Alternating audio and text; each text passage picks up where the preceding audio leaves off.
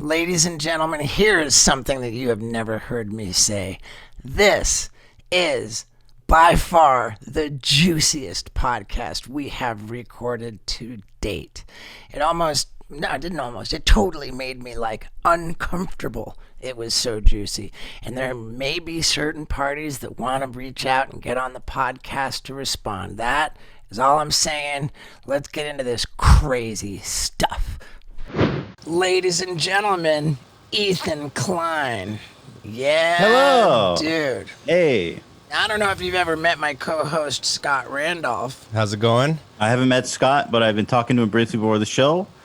Good conversation about your RV sewer system being full. I don't know if we call it a sewer system. That might be It's called generous. a black tank. It's a tank of urine. A black tank, correct.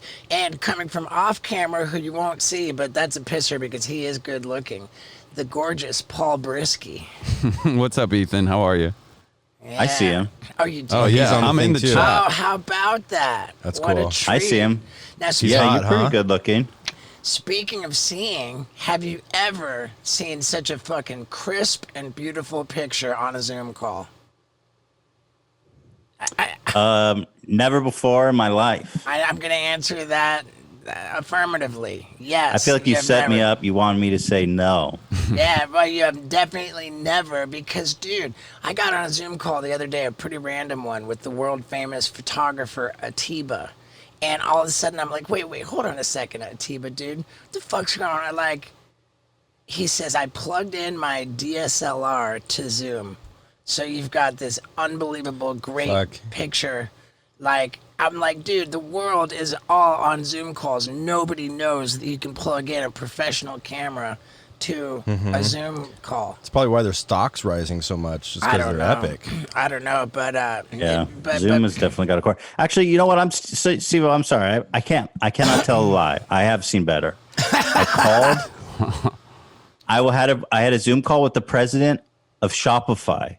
wow. And I was floored by the quality. And he told me the same thing. He said, I'm using a DSLR, mirrorless. And that's the first time I learned you could do that. And I am sad to tell you, this is only the second best picture I've seen. What were you doing on the call with the Shopify dude? We love talking about merch. Oh, he was, he wanted to, we were just talking shop, a couple big wigs. Yeah, you got all those products behind you. I see the shirts lined up and the pants. Oh, yeah. And the... This is we have Teddy Fresh, our whole year's line plan. This is on this side. You can't see, but it goes every month, December, January, February. This is March, April, May. Those are called See, CADs. Dude, that is the way. That's the way you do it. He says that's January, that's February, that's right. They're putting out all new products every month. Every month you're doing that? Yeah, we have monthly drops. Wow. Do you have people... TeddyFresh.com. Yeah, the Teddy boy. Fresh? His son is named Theodore.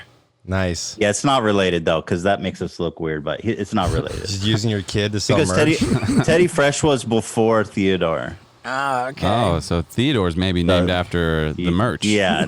Well, he's not, but it looks like he is, and it's kind of embarrassing. Are But they he's limited drops, these monthly Yeah, drops? that's my question. Great question, Paul. Thanks, dude. not. Are they what? Limited? So people know Yeah. that, like Supreme. You Yeah, got to they're buy it now or you'll never be able to get it again. Yeah, it's all new stuff. We occasionally, if there's a style that hits really hard, we'll restock it. But for the most part, it's it's limited because I think the creative process, you want to keep creating, and people like to see new stuff. So the monthly new drops are fun and exciting. How Yeah. many units do you drop, per shirt? Ooh, we're getting into it. It depends. Okay. This is like a Shark Tank question. Yeah, exactly. What's your margin? Are you guys open to 18% equity sharing? Do you got good margins? All right, before Our we march. lose people in that, it's so cool the way that I met Ethan. I one night, I forget, one video led to another video. I went down a YouTube rabbit hole. I'm like, what's this fucking H3 shit? I love it, man. It's like the fucking internet police busting kooks for faking pranks and stuff. And I'm like, dude, this is great. So then I just went ahead and I got on Twitter and I was like, yo, I tweeted, I just became a huge fan of H3H3. Yo, Ethan, what's up? And like, in short order, Ethan hit me back. I was like, man, this is the way to like, network and meet cool celebrity friends. Yeah. I had never done that before, I don't think. So then he hit me back. We exchanged cell numbers. We got together. I remember the first time that we met in person, I drove out to his house. And we were talking about YouTube and fake pranks was a topic of conversation. And I was like, man, there are these two guys who are very established YouTubers who helped collaborate with me to launch my channel. Like I'm going to film with them on their channel. They're going to drive to my channel. It's going to be great. And so we're figuring out, what are we going to film? Oh, we're going to film a prank, And they're like, well, what's the prank going to be? And they're like, oh, man, we can just fake it. And I was like, what? Yeah. I was like, what? Yeah, exactly. Like, I'm like, dude, I was like, you guys don't fucking understand. If I fake one fucking thing ever, then all of the things I've ever done in my career come into question. There's absolutely no way would ever fucking fake anything. Who are they? We can't say any names. I think that anybody could look at how I launched my channel. I mean, and plus, it was fucking Vitaly, okay? Yeah. He's admitted, he has since admitted that some of his pranks were fake. So there was... Okay. Yeah, well, it was a really big topic on YouTube was all these dudes started faking their pranks and everybody knew it. But it's funny because Vitaly always held like, I'm the original prank. You seen his crazy Coke-filled rant? That was like YouTube oh my god, history. it was pretty great. Yeah, where he says and he's like 5 of the videos I've ever made were fake. Yeah, it's one of my favorite videos ever, dude. It's he name drops you. He goes, Steve wrote me a letter and he says that he loves me. And he was like, so none of y'all fucking bitches can say shit. I do remember that. What it was like he had just gotten in the ring with the bull. And the bull broke his jaw. Oh yeah, that's right. And I was like, what? And I remember I texted him. It's pretty good. Yeah. I texted him. I was like, dude, with the fucking bull, dude. I was like, Vitaly, you're the real deal. So he takes He's like, this. it's a fake bull. I texted. I think that's what it was. I texted him, yo, like, you're the real deal because he got in the fuck with the bull. Yeah. And then he says, you see, Steve-O says I'm the real deal, like as if it was a comment about his pranks being real. Yeah. Yeah, it's awesome. Yeah, was that you that called out that one dude that was like going up to random chicks and like being like, yeah, you want to make out? Dude, prank invasion. Yeah. Prank invasion. I have a long and colorful history with prank invasion. He's a great one. He did famously Mommy Makeout Day on Venice Beach. I love that video. God, I loved that video so much. Then there was the legendary Joey Salads. I think what's most incredible about Ethan here is that he'll just eviscerate, destroy these YouTubers, but then like turn around and have them on his podcast and they're broing down. Like that's a pretty impressive talent to be able to essentially destroy somebody's livelihood and then have a laid back conversation with them on your podcast. Well, I hope I'm not destroying their livelihood, but I know what you mean. They're not like friendly videos. But I agree. I mean, I like meeting people, the person that they are, because, ultimately, they're just dudes for the most part. Like most of these guys I met are really good, normal dudes. Vitaly, he's an exception. Obviously, he just beat the shit out of some random woman. He's in jail and shit. In Florida? He's crazy.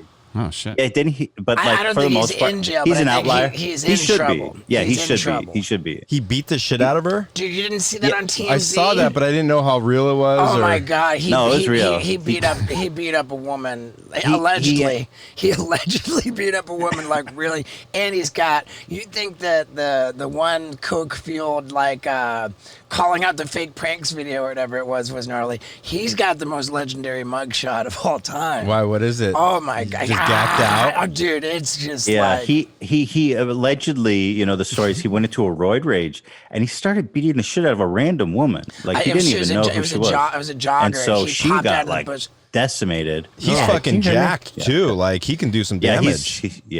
He's but anyway, most people, everyone but Vitaly. Why is my Siri keep going off? What is this? Sorry. I'm new to Mac. I've reached that point of uncomfortable where we're talking negatively. I mean, I think it's okay, but what is that? I was about to talk positively. Yeah. Okay. Good. So I was gonna say, with the exception of Vitali, everybody, just him. He's gonna come kill me now. He's gonna He's beat the shit out of me. fresh out of jail. He's gonna stab you. Everybody else who's come through, which is most of the pranksters we've talked about, end up being really sweet. And we have good rapport and we have great conversations. So Joey Solids is a really nice guy. Like I text with him, he's fucking dumb as hell. But I say that to him. He's like the dumbest person, man. Yeah. But he's super sweet, and he wouldn't take offense to that. There's definitely a correlation, like between stupidity and sweetness. I noticed It's like that. a puppy. There's dumb people can be really lovely. I think it's more common. The dumber, the nicer. Right. That's probably true. Yeah, it's Yeah. like almost like a childlike demeanor. I'll tell you, intelligence is a fucking liability. I used to say this all the time. Like history. What do we know about history? The fucking shit repeats itself. It's all bad news, and it's definitely going to repeat itself. So the more you know, the more bad news you know. The more fucking the intelligence gets you nowhere, except it makes you miserable. And Ignorance mean. is bliss. It sure It is. really is. No, it really is, And they say that the more intelligent people are more prone to depression. I believe They do it. say that. I think I don't know who alcoholism, they too. are, and I don't know where they said it. I think but I heard drug that addicts, once, drug and I'm addicts and repeating it. alcoholics are tend to be smarter. So I met up with Ethan and it was great. Like we had a real good laugh. We were, I remember this. I believe that was 2017 when Ethan and I hooked up. We had a little bromance going. We made a YouTube video. I particularly thought it was so funny. remember Smash the like button. We got into this whole thing. Where Yeah, it we was fun. Gotta smash that like button so hard. And Yeah. this whole being desperate for likes, like, It's fun. I couldn't quite understand the whole thing. I felt like I still feel like I'm a YouTuber, but kind of looking at YouTube from a little bit of a side perspective. But we made a YouTube video which got demonetized, where we made like a fake ball sack, which was actually filled with blood, and I pulled it out of my jeans and like with the scissors cut off the ball sack, and all this blood's going everywhere. It was like, it was pretty evidently fake, right? It was super fake, but YouTube doesn't fuck around with that kind of stuff. And well, I'm happy to say I don't know of any other mainstream YouTube video where someone gets castrated like that. Yeah, Groundbreaking.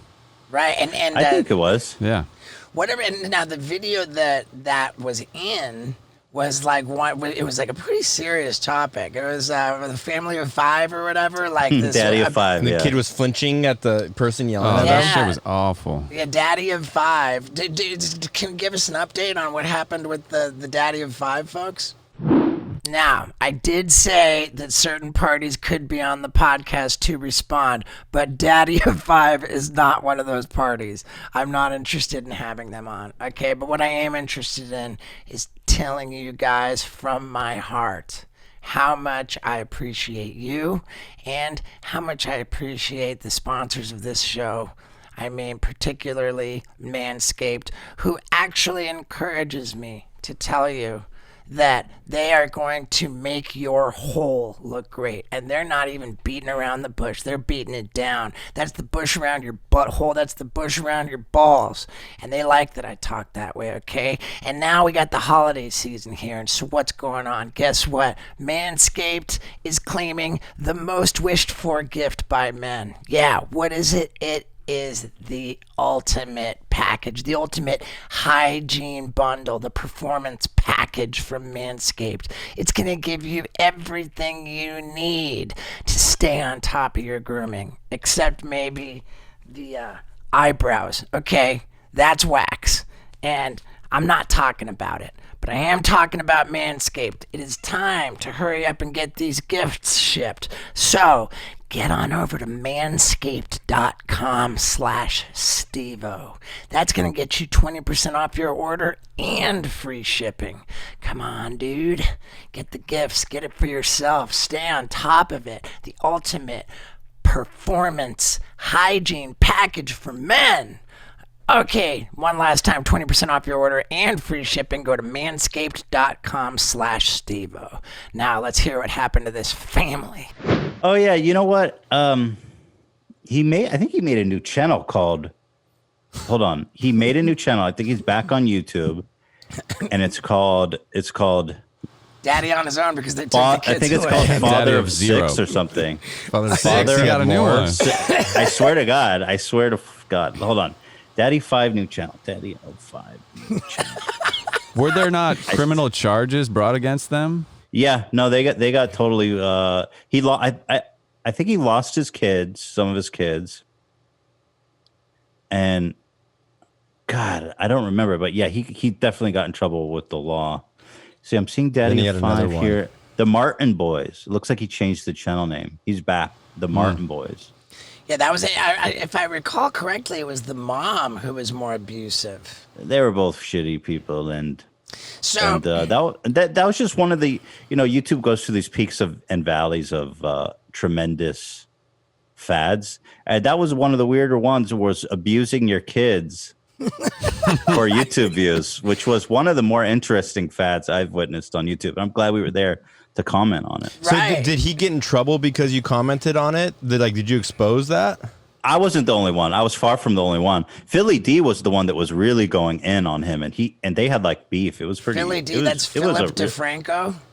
Yeah, Philip There DeFranco you go, was dude. I'm kind a of the real spearhead YouTuber, of that man. movement. Yeah, you're in the community. Yeah, dude. So like, if your videos have essentially like taken on, like you're like the internet police. You're busting people for being shitty people and doing wrong things. Like, if that's had a detrimental effect on the subjects of your videos, probably the higher end of the detrimental effect would be Daddy of 5. So I participated in probably the most destructive H3H3 videos. Is that safe to say? The most destructive.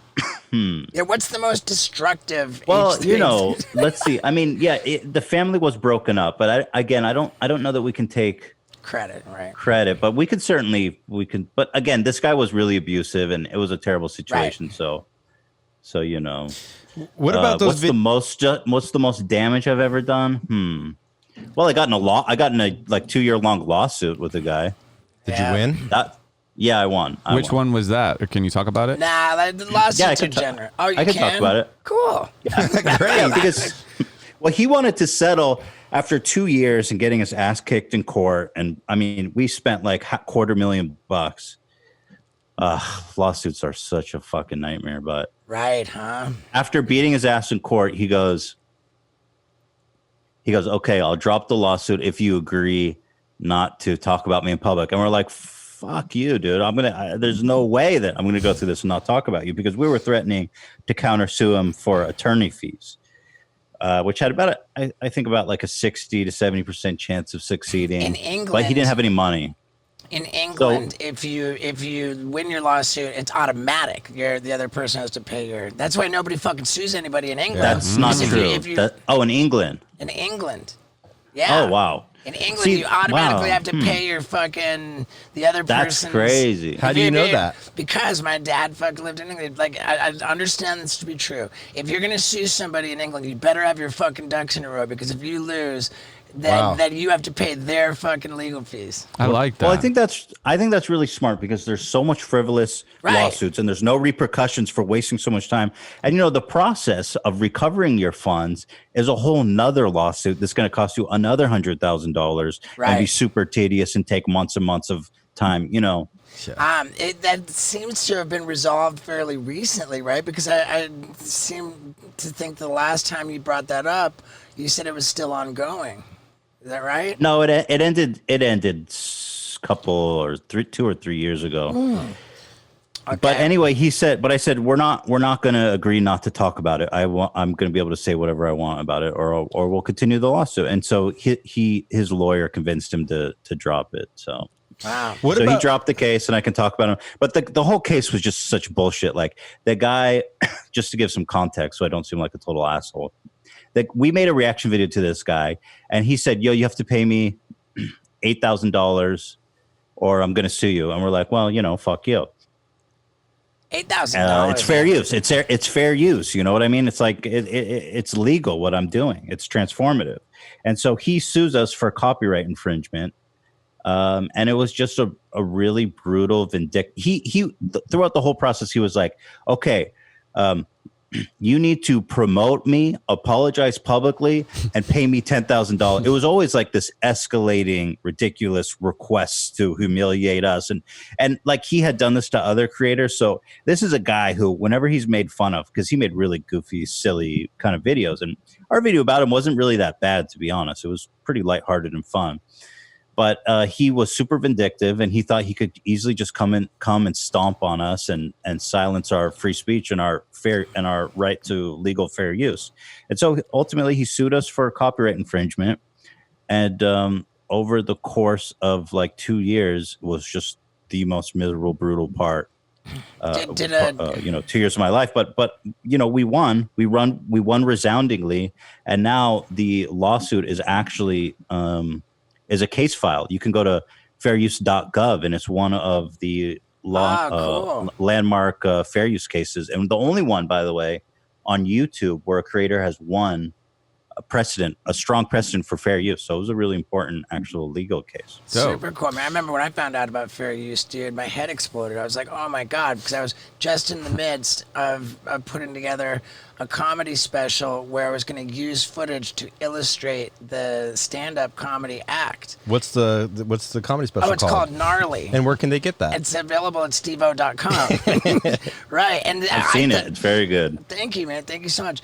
I thought that I was going to have to fucking like license every clip from like MTV Comedy Center, and they're like, I find out, no, it's fair use, dude. And so somebody hooked me up with a clearance attorney who reviewed it and made an opinion letter. And with that legal support, I was able to get insurance for it. So if we ever get in trouble, can we be awesome. To the judge, can we be like, I'd like to refer to H3H3 versus the YouTube community guidelines case, and that it's a legal precedent. So if there was a fair use court battle, like when they were writing up papers and all the documents, it was super tedious, long-winded legal arguments. They're always citing different precedential cases, and so now ours is in that lexicon. It's pretty epic, and it's a really important one that a lot of people will cite.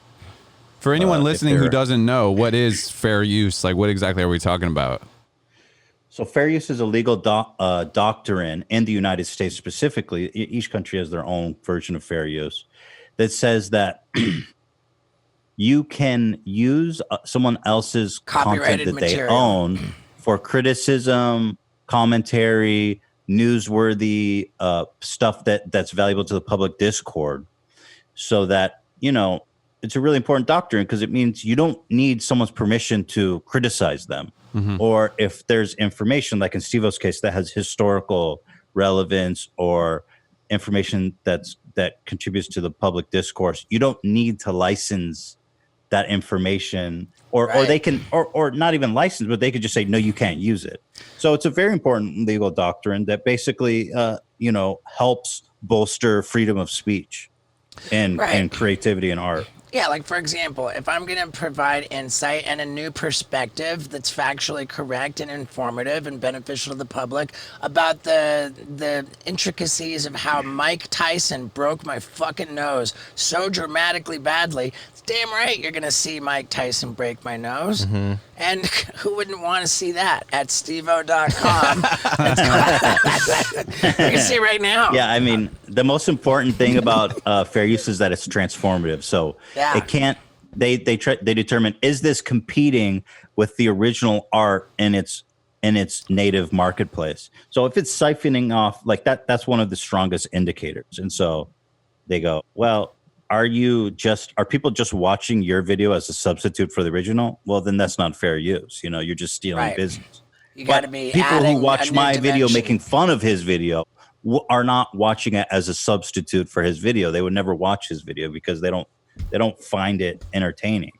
The very nature of my video. No. It's just I don't want anybody. Can I make a video analyzing you analyzing somebody else? That's all fair use, right? Yeah. Yeah, So, yeah. You know, like, It has depends- H3 it depends, gone obviously. too far? You know, Has H3 we could make a video saying, hey, in this case, we love Ethan, but we think that he might have gone a little bit too hard on this person. So let's look at what Ethan did and let's yeah. provide I would our... love that video too. But yeah, you could theoretically make that video, sure. Yeah. But like, you know, if it's just you watching the video silently for the entirety of it, and then you're like, so that concludes my video. That's not fair use. Right. That's just reproduction and distribution. Well, Exactly, Steve-O. Right. That's pretty good. So, okay, now, when we began our bromance, and I believe it was 2017, I remember, I think that you were just getting ready to start the podcast, but you had not started the H3 podcast yet. And Yeah. And I was doing stand-up, and I was like, yeah, man, I love doing stand-up comedy, man. It's really, I've kind of figured out my own approach. And you were like, dude, I think the podcast is going to kill it. You should be doing the podcast. You started the podcast, and you were trying to get me, you were encouraging me to do a podcast while I was encouraging you to do stand-up. Right, I remember. Yeah. Did you ever give it a shot? Did you ever? No, I'm not interested because it's a whole new discipline that I'm not prepared. I'm not good at, and it's just I like what I'm doing, and you know, and also like I mean, I don't know that I'm that funny to be up on the stage just doing shtick. You know, I mean, I think that you would. I think that you would find your way with the touring. It's a little bit of a grind where you're always traveling. You're always there's a Right, little bit of there's a that, too. Groundhog's Day kind of a very unattractive, the traveling and stuff. You know, Doing the 'Cause same if you, shit all if the you want to make time. it as a stand-up comedian, you gotta hit the road a lot. pretty much. Yeah, I mean, I love it, and I've always been kind of a nomadic. Like, you know, I always wanted to be a rock star, and the idea of I'm on tour was always really sexy to me. You know, but and it's fine. But now, the podcast just changed everything for you, right? Is that fair to say? The podcast was really great for us because it gave us stability. Like, you know, with the H3 production videos, it was always kind of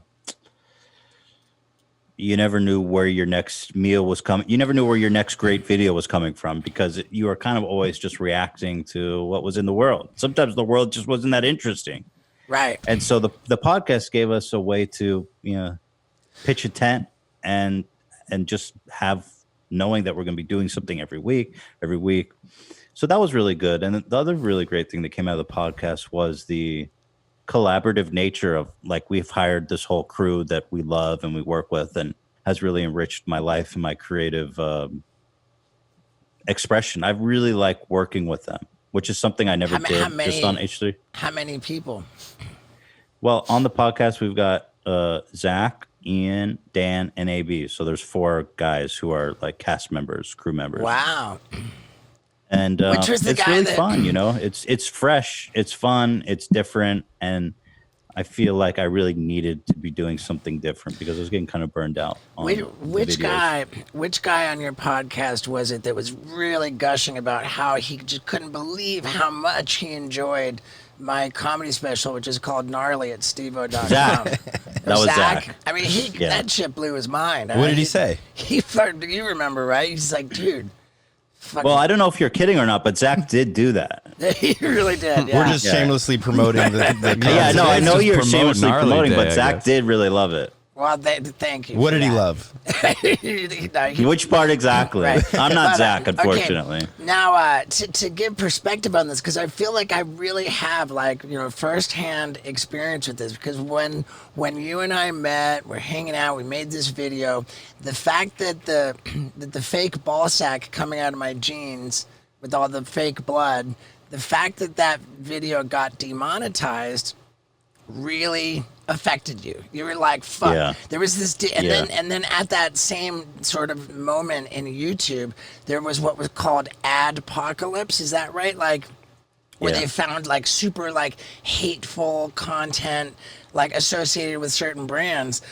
And then the brands were like, "Yo, YouTube, you just put my Coca-Cola ad on like some kind of like, ISIS. They put it on ISIS videos. That's Did they what really? caused it. yeah." And then all of a Yeah. sudden, like YouTube They super put it on overcorrected. terrorist propaganda videos, and Coke was like, "Dude, I don't even know if it was Coke, but just it was it was How like does- Pepsi, Coke. It was How all does these ISIS huge have a names. YouTube channel? Like, do they have a lot of subs? That's what Well, Coke wanted. yeah, to know. and there was and to killing be it. honest, it was kind of like looking back pre-Adpocalypse, YouTube was a pretty wild place.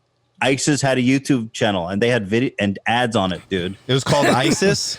Right. Coca-Cola was directly funding terrorism through Jesus, YouTube. dude. Right. And Was their YouTube channel called ISIS? I don't fucking know. No, but it was called like you know what? If I even joke, I'm gonna come out like an asshole. But it Right. wasn't called ISIS. Right, It was okay, called like So You YouTube can kind of imagine, so. overcorrects. Like YouTube takes the stance of like, all right, if it's even remotely in question, it's demonetized. Sure. And Very at- broad strokes. And at that time, I remember Ethan, as well as like a whole bunch of YouTubers, like really like feeling the squeeze. It was like, wait a second, Oh, hold yeah. on. Like Back then, we were making like 100% of our income was from YouTube revenue, which is really dumb. You're like really not well diversified, but we were just like happy with it. Our AdSense was good and we were happy with it. And so all of a sudden the Adpocalypse comes about, and I would say 90% of our income disappeared in, one day. Wow. So, which were is you kind of just like- insane because let's say we're making like $100,000 a month in AdSense. We're stoked on, it's good money. And then all of a sudden we're $100,000 making a month. Wow. and then all of a sudden we're making 10,000, which is a lot of money. But like you have employees, you have a house that you're renting with the assumption that you're making $100,000 a month, and $10,000 a month isn't enough to pay the fucking bills that you have when you lose that much income. So it was a big, kind of a panicky situation for us. How long did And that it take turned to out, correct? He started the It took podcast. about- That was the That's correction. Yeah. why. The podcast was the correction.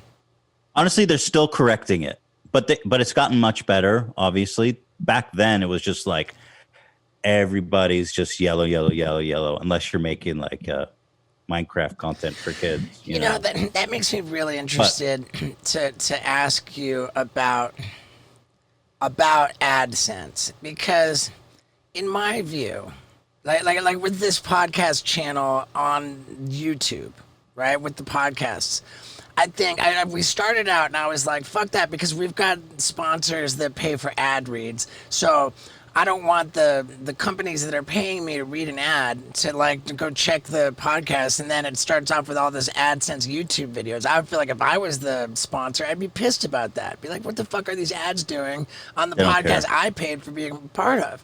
So They don't care though. we started out we started out with no ads at all. Yeah. But then the views went down, and I thought, oh shit, this is a problem, because now YouTube has no incentive, because the ads are turned off. YouTube isn't gonna promote the video, because there's nothing in it for YouTube. So I thought, fuck, we got to turn the ads back on just to get there's a balance between alienating the viewer with ads and alienating YouTube with not, right? Where do you find that sweet spot? As far as I can tell, what YouTube says, and from my empirical experience, is that ads don't affect viewership. So sometimes it can seem like it, but I don't think there's any connection between turning ads off and lower viewership. Although sometimes, it's hard to tell, because sometimes you see that correlation. But you put as many fucking ads as you want. Nobody cares. Really? Wow, man. Because out of love and respect for my viewers, I've disabled every mid-roll. I will not have unskippable ads, only skippable. No fucking banners. Banners I do a lot, because podcast people are just listening. Covering him in YouTube's banners. got, back in the day, they had 30-second unskippable ads. They stop that. They do 7-second unskippable ads now, and they're pretty palatable, honestly. I feel like every YouTuber in the beginning, I used to do that back in the day, because I was like, Want my art. You know, you think, but people, it's just commonplace, right? Everybody accepts that there's ads on YouTube, and more than that, people want to support you. They want you to make money, right? If they like your content, because they're watching ads everywhere else on YouTube. They honestly don't even notice that you don't have ads. Wow. They don't even notice, right? I mean, it's crazy because it's worth it to me to pay $9.99 a month to not have any fucking ads. Yeah, I don't. I don't. I do that too. Ads. I have YouTube Premium. I think it's a great service because you get the music too, so it's really a nice service. But people don't notice, and now our AdSense on the podcast and our podcast highlights channel is quite a substantial amount of money. So Dude. I definitely wouldn't turn those off. All right, man. I appreciate that input. I was looking to ask that question. And by the way, I think this podcast is wildly fucking entertaining. I love it. I really think this is a good podcast, man. And thank you for this opportunity, Ethan. You're welcome. Thank you for inviting me. You said something interesting. You were like, man, back then it was only AdSense revenue. And it seems so obvious that to have a gigantic social media following, whether it's on YouTube or any other of the platforms or all of them put together, that the following in and of itself is kind of like having a store with a lot of traffic coming through. But if you don't have anything on the shelf, then you're not selling anything. Who cares how much foot traffic you're getting? You got to have something on the shelf. And I remember when we met, I was asking you about how you do your merch. And I seem to recall that you were like, oh, well, we've got this one-stop shop. They print the shirts. They, like cut me a check of a licensing type thing. Yeah, and I was telling you back then, I was like, oh, dude, you should talk to Scott because Scott kind of puts it together himself where... Like, we have just a fulfillment center, but they're not, Yeah, it seems like you're doing that now, right? Did you make the shift from doing that on some other platform to selling your own shit? How do you fulfill your orders? Yeah, so, now Teddy Fresh, we have over 20 employees, and we have a building. We do everything ourselves. We have a design department, a production department. We have a fulfillment service. So we have a fulfillment service here in LA that does our fulfillment. They're really good. I wouldn't want to do it myself, honestly, because maybe you save a little bit of money, but like these guys who do the fulfillment are really good at it. And the logistics of storing and shipping and doing all that shit is like a monster. So I leave that part to the pros. But yeah, we have a design team and we have a production team. We have all these it's a full-fledged fashion company at this point. When you say production team, so they're doing all the silk screening, they're actually printing the shirts in your spot? What that means is that we have a production team so the production team basically is manages like the tech pack, the technical packs that we send to our manufacturers. So the design team makes the design and they hand it off to the production team who specs it out into a tech pack. The tech pack is right behind you, right? Sorry to cut you off. This isn't a tech pack, but this is just our line sheet. But a tech pack is a very technical where it says like how big all the buttons are and how big the hems are and how thick what kind of heavy the fabric is and every single possible detail. So you send those to the manufacturers and so they know, the more detail, the better. And they make it to spec. They send you a sample. And then from there, the production team works with the manufacturers. You get a sample. You keep tweaking it and making it perfect. So that's kind of what the production team does, is working directly with the manufacturer. What's your best seller? Shirts or beanies? Yeah, our hoodies by far are our best sellers, for sure. Beanies do good. But so you've stepped hoodies up your are merch just game. really in style right now, I think, too. So it's kind of a fad. You've considerably stepped up your merch game, dude. That's great. I remember asking David Dobrik. I was like, David Dobrik, like, I just watched your fucking My Mansion video, like, they're fucking giving away all these cars. Where do you get all your fucking money? And he goes, like, he says merch. I remember I was like, is it AdSense? He says it's merch. It's his main revenue stream. And because merch can, for sure. David Dobrik's super popular. That guy he's got a lot of revenue streams at this point. But back when I met him a few years ago, he kind of was one of the first people I saw that was really doing the merch shit like crazy. And him and Logan Paul, the Jake brothers, were kind of the first people to show everybody what was possible in the merch department, you know? Was that right after Adpocalypse that they started going so hard with the merch, or were they already doing that? I think they were already doing it. Oh, nice. And I was just so focused on content. I really wasn't business minded. I was just like really enjoying making videos and growing the channel and all this. But once Adpocalypse hit, you know, we had to really fucking figure it out. But it was good. It was good in the end because we made the podcast, which is super stable. We have ads, and you know, and then we made Teddy Fresh, which has been a labor of love, honestly, since the beginning. But it started to become our main income source for sure over the past year. And you've been just utterly fucking pandemic proof, huh? Because every single revenue stream you have is unaffected by coronavirus. Is that right?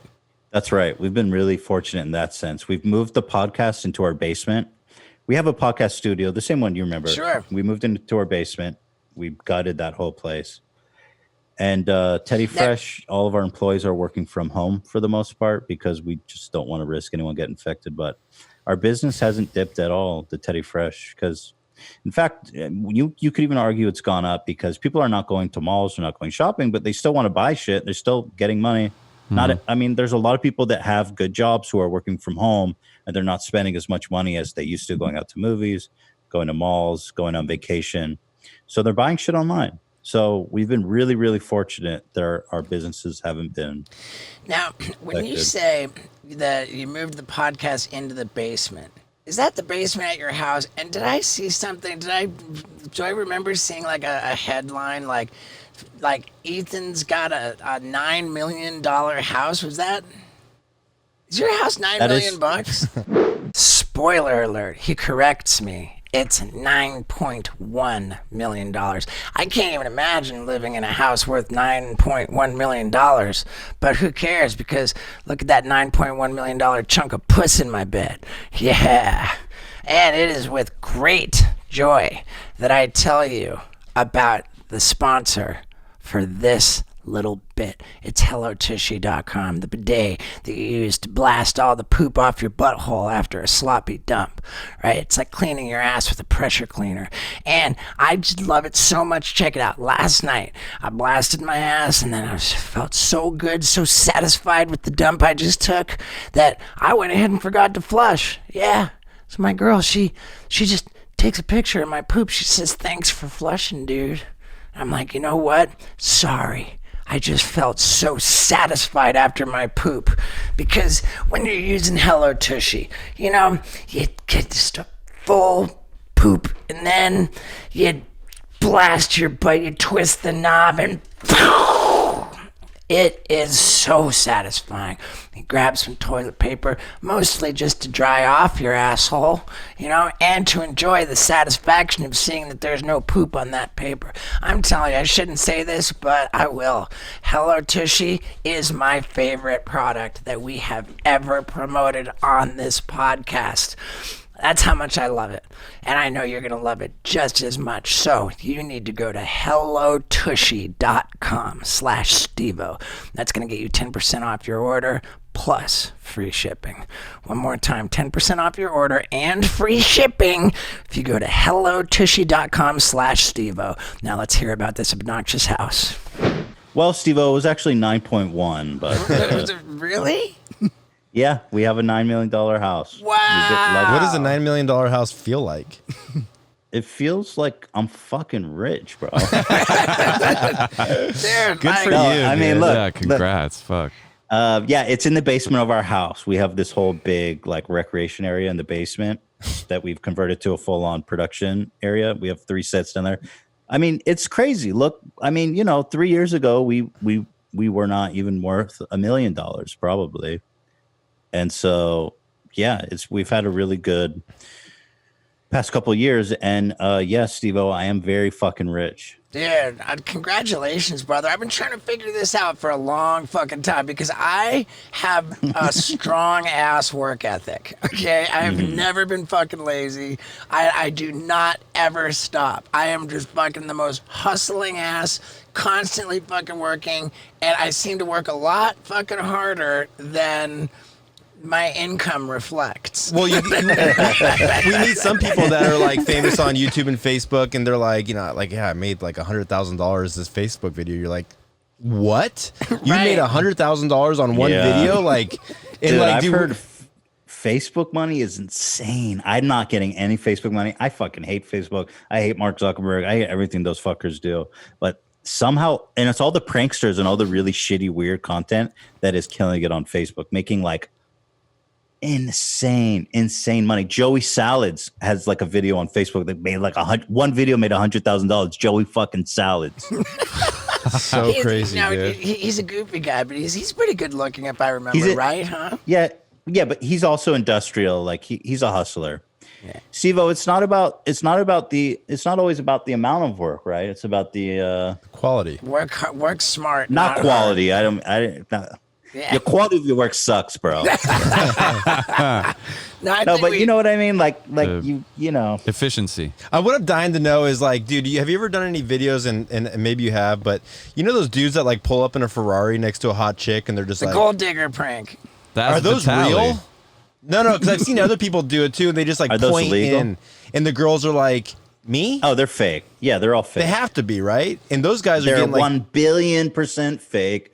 The cars are rented, and I specifically hate the gold digger pranks because there's so many people that believe it, and it's just so toxic and that's why there's so many Yeah. incels and red pilled, black pilled fucking weirdos in the world because they watch gold digger pranks and think the world is actually like.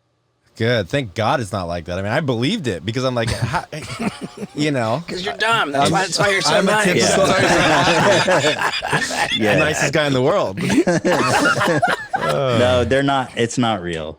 You can rest easy. They're all fake. 100% of them. I don't think there's been a single real gold digger prank. I think that's probably about right. Yeah. So how long have you been married now? Been married. Let's see. I got married 10/10/12 was our marriage date. So holy shit. Over 8 years we've been married. Damn. Now. And how long? Crazy. How long were you guys together before you started farting in front of each other? That's jumping to the conclusion that they're farting in front of each other. Are you farting in front of each other? Yeah. We shit with the door open. At what point in the relationship does that start? Right away or That's 6 a good months? question. No, definitely not right away. I would say, well, we were together for 5 years before we got married.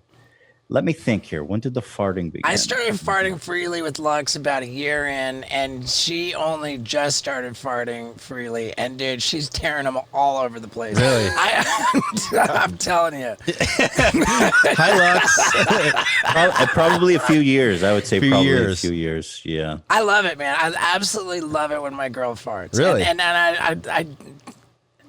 I haven't had like one where it like kicks you in the nose. Yeah. Like if I even smelled it, like I wasn't even sure that I was smelling it. Like, so she's good at keeping me away from the real like deadly ones. Yeah, I remember in the at one point in your relationship, like you would fart, but you'd be like, like while you farted, but now you're just like, Yeah, you used to cough to cover up your farts. Now with coronavirus, you fart to cover up your coughs.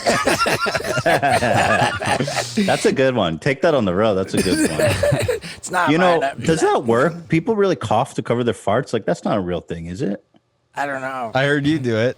Like you could definitely still hear the fart, and it just draws more attention to it because you're fake coughing.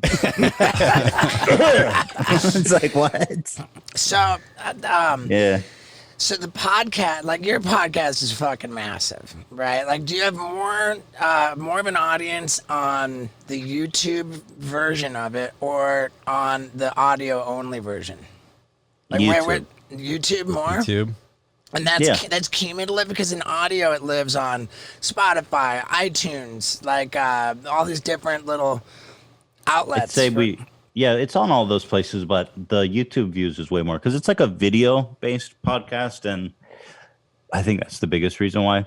I think it's I think we only get like 25% or maybe at most 50% on audio. Or no, 25% of the total views from the audio only. Okay, so the podcast is fucking massive. I mean, you're like You're rich as fuck. what pretty not, much. but Yeah, do I need to say that again? there's you know, like it's a behemoth podcast, but is the strongest revenue stream for you the podcast, the merch, The YouTube AdSense. YouTube AdSense, like So there's, I guess, 3 branches of earning. There's like the ads you get from the podcast, oh right, the which sponsors, which is the most, which is more than the AdSense. right? And then there's the AdSense, but they're both really great sources of income. And then there's Teddy Fresh, which is a separate Conglomerate. But like, you know, we promote it through the podcast, so they're symbiotic in that way. But yeah, so those are kind of 3 independent sources of income because the ads can come and go, the AdSense can come and go, but they're not related to each other. And then Teddy Fresh lives totally independently. But what was your question? Which one's more? Yeah, they're like the priority of the revenue streams, like The pie chart. 1, 2, 3. Like what's I would say right now it's like 50% Teddy Fresh, 25% ads, 25% AdSense. okay. And those are, dude, fuck, Do what are we you- doing wrong? Ethan, I'm sorry, but I have to go pee again. Steve's making us drink liquids. And so you guys Yeah. don't have to pee? I will. Why you I can't will. stop My me? day, What does just that keep mean? going to the bathroom. Like, Can we talk about it's what very- you're doing? Are you with the going to go pee? in the RV? Is he going in the Yeah, RV? there's a bathroom in the RV, and it's very Oh, top shit. secret. I gotta say thank you for being so candid. Do you find that like where you're pretty transparent, you're open about how successful you've been? Does that just bring on a wave of haters? Well, you know, everything is public. Like, so yeah, I don't know. I try to be transparent, and I think it's important to be transparent and open. I'm not going to pretend like I'm poor.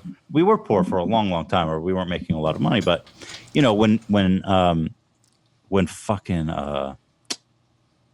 what's the name of this?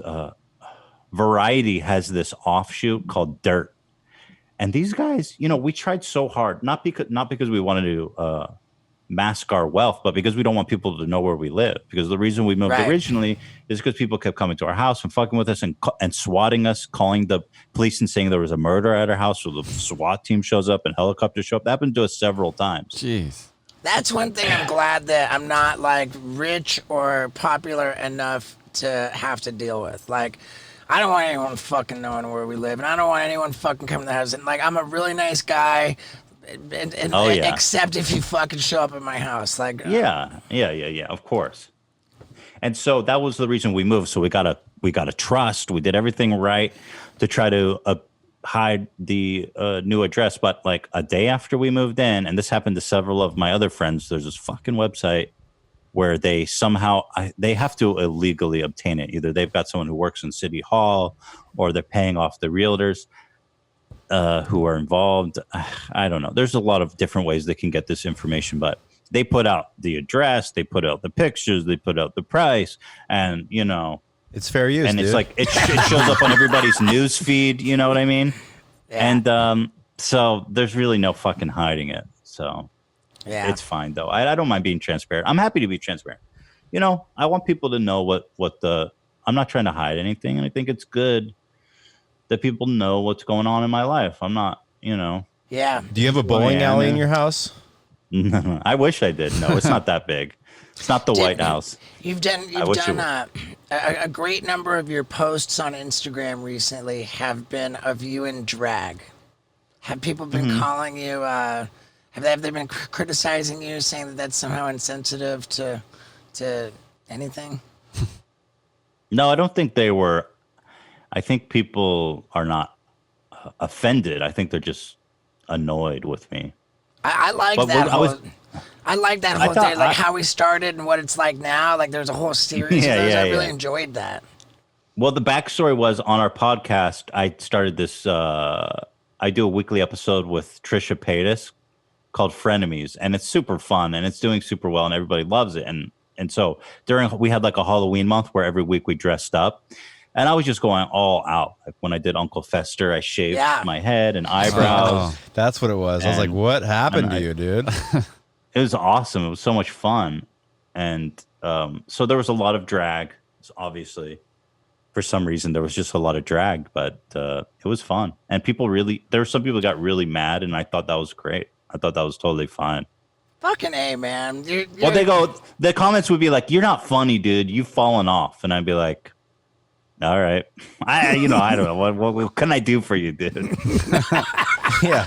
Your podcast with Trisha is another example of like, because you were initially sort of making fun of her and like she doctored some photos or something, and now you guys are friends or frenemies at least, and you have a podcast together. It's almost like when you get in a fight with someone at a bar, but then they pick you up and you shake each other's hand and you share a drink. Like there's sort of some gentlemanliness to your approach to these things. Thank you for saying that. I hope so. I definitely can think that I can definitely come off like really offensive at first, but with Trisha, I think she's even a little different because a lot of people, Trisha's a very controversial figure, but there's so much. She has so many good qualities too. Like she's super funny. She's super witty. She's got this enormous personality. And every podcast we did together after our initial drama was just so much fun. And people responded so strongly to it because she's just such a wonderful character. And that's why we made the podcast together. And now I do hold her to be definitely a friend of mine for sure. At the very least, she's a really good friend of mine. And I love everything we've been doing together, which is it's like this totally unlikely couple. But for some reason, we have this really fun chemistry together. And give yourself some credit, too, because the common denominator is all these people that you've eviscerated, like you just have a lovely rapport with on your podcast. Like it's not just this girl that you're talking about. There's been a bunch. Were you like that in high school? Like you just wreck people's shit and then they just want to be friends with you? No, I wasn't very confrontational or anything like that in high school. I was a normal dude, I think, for the most part. I was a gamer. Nice. What were your big games? Gamer, bro. D&D? EverQuest. You ever heard of that shit? I was playing water polo. Oh, I played water polo in high school. Nice, did you? dude. Wait, you grew up around here, right? In LA? I grew up in Ventura. So it's very close to LA. So how's SoCal. Hila? That's how you say it, right? Hila, not Gila. Yeah. No, you said it perfectly. Yeah, Hila. She's great. She's doing awesome. She's the creative director, the CEO of Teddy Fresh, so she's got her hands full. She's busy all the time. We had so much fun, man. Like when I met you guys, it was just a good old fashioned blast. Yeah. She's working a lot. We've got our son who's a year and a half almost. Plans for another? What's that? Another kid? Plans for another kid? Oh yeah, we're trying. We're always trying to fucking have kids. I am literally always trying to put a baby in her. Dude, nice. We've got the ovulation kit. We're testing the ovulation, and I'm the exact opposite. I try to save my nut up. You know how it is. Sure, dude. I got a vasectomy, but I still try to save my nut up. How does that work? When you get a vasectomy, you still nut, right? Correct. Yeah. You've got the goo, but not the swimmers. Is it the same? Does it look goo? different? Yeah. Does it look different? It's the same looking goo. Feels the same. Yeah. Tastes the same. How interesting. No change in flavor. Yeah. That's kind of a legit question, though, isn't it? Like, I mean, it's absolutely legit. Well, fucking A, man, dude. I just congratulations on all your success. Is there anything that you want to promote? Of course, your podcast. Steve-O Gnarly special. Yeah, I'm here to promote Steve-O on Steve-O.com. No, not really. H3 Podcast, Teddy Fresh. You know what time it is. Yeah, I mean, dude, you're Steve-O.com. I have to tell you that for the touring that I did, where I'm just grinding away on the road, and then after every single show doing a meet and greet with the entire audience, that one of the most frequent things I get is like, "Oh man, dude, I loved you on H3," or "What's Ethan like?" Like it's really. Oh, that's nice. Your impact on culture is evident. It's real. It's impressive, man. So whatever you're doing. Well, that podcast we did together was it was a force. I mean, that's one of our most popular podcasts, and cool, the first one. even now it still gets like on a weekly basis. It's in like our top 10 most viewed. Oh, super cool. That was a legendary episode, man. That podcast bought him his house. Yeah. Thank you, Steve. Well, thank you. I remember at that time, I totally spilled the beans to Ethan on his podcast about how I was going to get duct taped to the side of a truck and driven down the highway all the way to fucking Vegas. Yep. Wow. Even though it turned out to be Denver. Yeah, and I did that for the opening sequence of Gnarly, which is a multimedia comedy special on stevo.com. Did you say where you can get it from? Okay. But yeah, dude. Did you really go duct tape the whole way? I did go all the way to Vegas, but what we did was we mounted a box to the truck over me so that we could get through with impunity.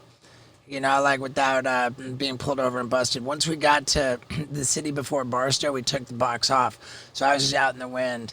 Wait, you were covered by a box? I'm confused. Yeah, I made a video to get out of it. LA. You were duct taped but covered by a box. Yeah, I was duct taped to the truck. I was duct taped to the truck, but then they screwed like a coffin-looking plywood structure over me.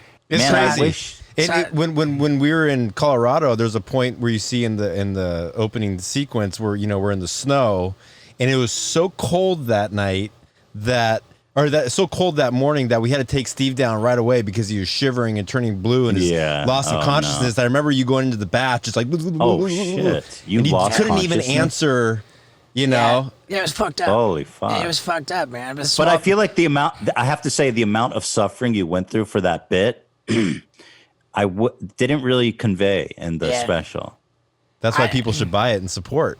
Yeah, right. Because it was just a bunch of cuts, and when I saw it, I was like, "Oh, he probably got down and went back up." In Colorado, I had to. We filmed it on 2 days. There was the LA to Vegas, and I was taped to it the entire time. And then there was the Colorado day where it was up for shot it in segments. So, what did you do when you had to pee? I was wearing a diaper. Oh, you just. Did you shit the diaper? I didn't shit it, no, but I did plenty of peeing. Well, it's crazy that you didn't shit the diaper because we put X-Lax in your eggs that morning. You didn't even notice. Yeah. He was too charged up. He was too excited. Yeah, I didn't fucking care. That was a good idea. Froze in his intestines. And did you do anything to pass the time, or were you just kind of excited to be on the car? When the box was mounted, on the inside of the box, I had my fucking iPad up here. I had my phone. It was just like a little office, and I was just getting shit done. Doing emails and shit. Yeah, big time. FaceTiming people, showing them to where they're at. Yeah, that's for sure. Awesome. Well, hey, man. Stevo.com/sales. And where do we get Teddy Fresh? TeddyFresh.com? TeddyFresh.com, baby. How about that? All right. Well, everybody, support. They put a lot of money in that fucking house, and we need a little. We need a little something to keep the house working. Come on, guys. Let's keep the roof up and put a bowling alley in there. I'm trying to build in a bowling alley. Yeah. I wonder, for you guys. Yeah, it's really interesting, man. And fuck Nate, dude. I love you, Ethan. Thank you for doing this with me. Love you, Steve-O. Thank you, guys. It was very nice chatting with all you guys. Likewise. And appreciate you all very much. Keep doing your thing. God bless you. God bless you, Ethan. Man. Could that have been any juicier? Maybe, but if it was, someone might be going to jail. Dude, I loved that. Love Ethan, and I love you for hanging out until the very end, man. The very end, dude. I feel like I should give you guys something special for hanging out to the very end. I'll tell you about the mug shot glass. All right, I've said enough. Thank you for watching.